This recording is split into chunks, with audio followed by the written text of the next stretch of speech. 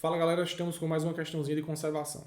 Uma pequena esfera é abandonada do repouso. Então vamos lá. Abandonada do repouso. Então se ela é abandonada, a gente sabe que nesse instante 1, né? Abandonada do repouso no ponto 1. Então aqui a velocidade vai ser igual a zero. Beleza? Abandonada do repouso, velocidade igual a zero. Após deslizar sem rolar pela pista mostrada em corte na figura, perde contato com ela no ponto 2. Então aqui no ponto 2 ela perde contato e continua essa trajetória aqui meio que parabólica, tá? Passando a se mover em trajetória parabólica até atingir o solo horizontal. Adotando G como 10, a gente já sabe disso, desprezando o atrito, desprezando o atrito.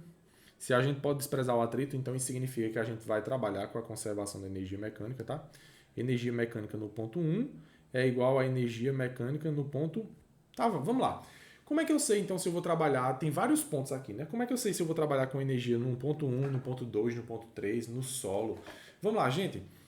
Só a experiência vai dizer isso para vocês, né? Conforme vocês forem resolvendo questões, vocês vão perceber que alguns pontos eles vão ter uma probabilidade de dar certo, né? Outros pontos vocês vão ver que vai dar duas incógnitas ou mais, vocês não vão conseguir resolver. Então, como é que eu sei? Como é que eu faço então para saber qual é o ponto que eu trabalho? Você tem que trabalhar com os pontos que te dão mais informações. Então, esse ponto 1 aqui, ó, ele tem altura, tem velocidade, então ele está sujeito ali a dar informações para a gente. Então, eu vou comparar a energia mecânica no ponto 1, que eu tenho muitas informações, com o ponto 3. Por que o ponto 3? Porque ele quer quando a esfera passar pelo ponto 3. Então a informação tem que vir desse ponto 3, tá? Então eu vou comparar aqui com a energia mecânica no ponto 3. Se vocês olharem para o ponto 2, ele não dá nenhuma informação para a gente, nem dá velocidade, nem dá altura, tá? No ponto 3 ele dá altura, né? Que é essa alturazinha aqui. Ok. Então, por conservação da energia mecânica, o que ele quer? Ele quer o ponto mais alto da trajetória, beleza? Ele quer a componente horizontal da... Ele quer a componente horizontal da velocidade vetorial. Então, eu vou até circular isso daqui, porque é importante, tá, gente? Eu vou explicar isso para vocês, vocês vão entender. A componente horizontal. Gente, nesse ponto aqui mais alto, a gente tem uma componente Vx e uma componente Vy. Vy é a componente vertical, tá? E Vx seria a componente horizontal. Pelos estudos que a gente tem lá sobre lançamentos oblíquos, com lançamento oblíquo, a gente sabe que a componente vertical, Vy, ela nesse ponto vai ser zero.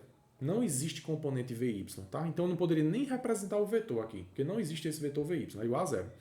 Só que eu não quero a componente vertical, eu quero a componente horizontal. Por isso que a questão destacou para a gente. A componente horizontal seria essa, né? É a componente Vx. A componente Vx, ela vai estar atuando por inércia, tá, gente? MRU, movimento retilíneo uniforme, velocidade constante. Ok? Então vamos lá. Isso tudo para que a gente consiga agora desenvolver. Agora a gente tem informações necessárias, vamos lá. Quem é a energia mecânica no ponto 1, que é o ponto inicial? Eu tenho potencial gravitacional, mgh, porque eu tenho altura. Eu tenho cinética, gente? Não tenho cinética, né? Velocidade igual a zero. Não tenho elástica também, obviamente. E eu tenho energia mecânica no ponto 3, que é o que eu quero descobrir informações sobre esse ponto. Na energia mecânica no ponto 3, a gente tem altura, então vai ter, obrigatoriamente, eu vou chamar essa altura aqui de altura 1 e essa altura 2, tá?